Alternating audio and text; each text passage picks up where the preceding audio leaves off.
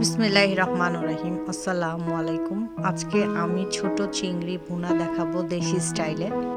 অনেক দিন থেকে বাংলাদেশের ভিডিওগুলো যখন দেখতেছিলাম তখন দেখতেছি যে হোটেলগুলোতে এইভাবে চিংড়ি ভুনা করে, তখন দেখে অনেক মন চাচ্ছিল যে এইভাবে রান্না করে চিংড়ি ভুনা খাই, বাট অনেক দিন ধরে দেখতেছিলাম না এই চিংড়িটা। তারপরে যখন একদিন বাজার করতে গেলাম তখন দেখি যে বাংলাদেশি ছোট চিংড়ি পেয়েছি, তারপরে নিয়ে এসেছি। এখন এই চিংড়িগুলোকে সুন্দর করে পানি দিয়ে ভিজিয়ে নেব। এখানে এইভাবেই চিংড়িগুলো পাওয়া যায় প্যাকেট আকারে। এখানে আমি 3 প্যাকেট চিংড়ি নিয়ে নিয়েছি। সবগুলো চিংড়ি ভালো করে ক্লিন করে নিয়েছি, মাথা এবং লেজের অংশটা বাদ দিয়ে দিয়েছি। তারপর ভালো করে ওয়াশ করে নিয়েছি কয়েকবার। একটি কড়াইতে পরিমাণ মতো তেল দিয়ে দিব। তেলটা গরম হয়ে গেলে তাতে এক বাটি উঁচু করে চিকন করে পেঁয়াজ কাটা দিয়ে দিব। পেঁয়াজগুলো আমি অল্প আঁচে একটু সময় নিয়ে সুন্দর একটা কালার আসা পর্যন্ত রান্না করে নিব।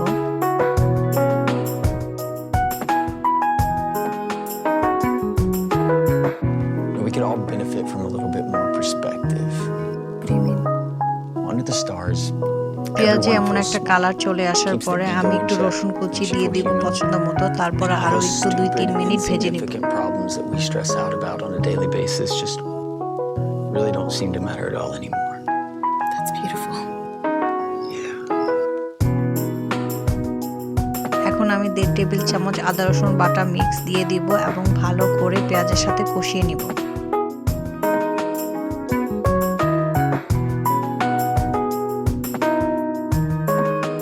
পেঁয়াজের সাথে আদা রসুনটা ভালো করে কষানো হয়ে গেলে তাতে 1/2 টেবিল চামচ কাঁচা জিরা বাটা দিয়ে দিব এবং সামান্য পানি দিয়ে ভালো করে কষিয়ে নিব।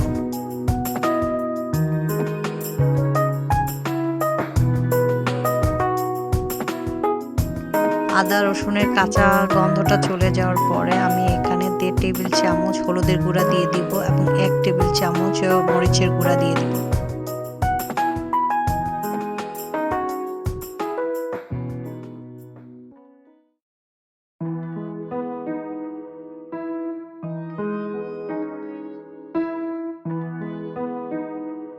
হলুদ এবং মরিচের গুঁড়া দিয়ে ভালো করে কষিয়ে নিয়ে তাতে স্বাদ মতো লবণ দিয়ে দিব।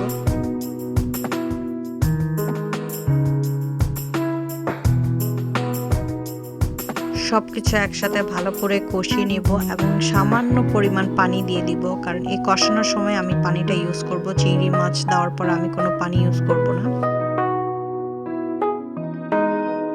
মশলাটা ভালো করে কষানো হয়ে গেলে মশলার কাঁচা গন্ধটা চলে যাওয়ার পর যখন তেলটা উপরে চলে আসবে তখন আগে থেকে ধুয়ে রাখা চিংড়ি মাছগুলো দিয়ে দিব। এখন আমি মশলার সাথে চিংড়ি মাছগুলো ভালো করে নেড়ে কষিয়ে নিব 3 থেকে 4 মিনিট।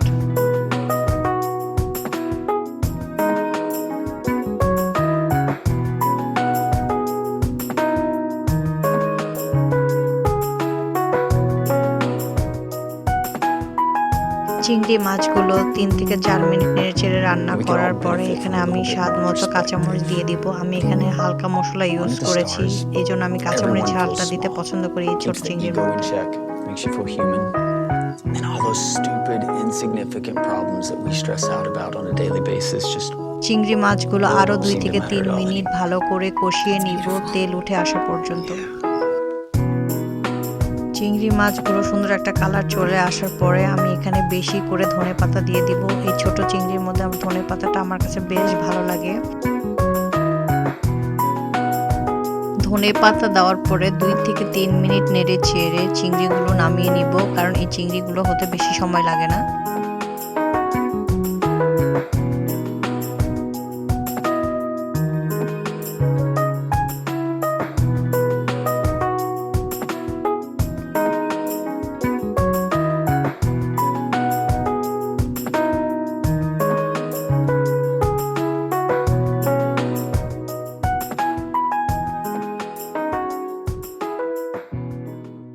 চিংড়ি মাছের তরকারিটা দেখতে খুবই সুন্দর হয়েছে, অনেক সুন্দর কালারফুল।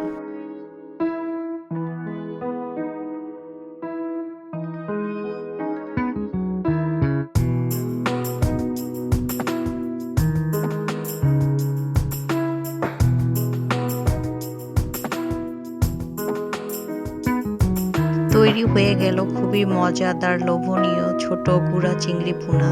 এটা খেতে কি যে অসাধারণ হয়েছে, যখন আমি ভাত দিয়ে খেয়েছি মানে এক প্লেট ভাত শুধু চিংড়ি মাছ দিয়ে খেয়ে ফেলা যায়, আর কিছু দরকার নেই।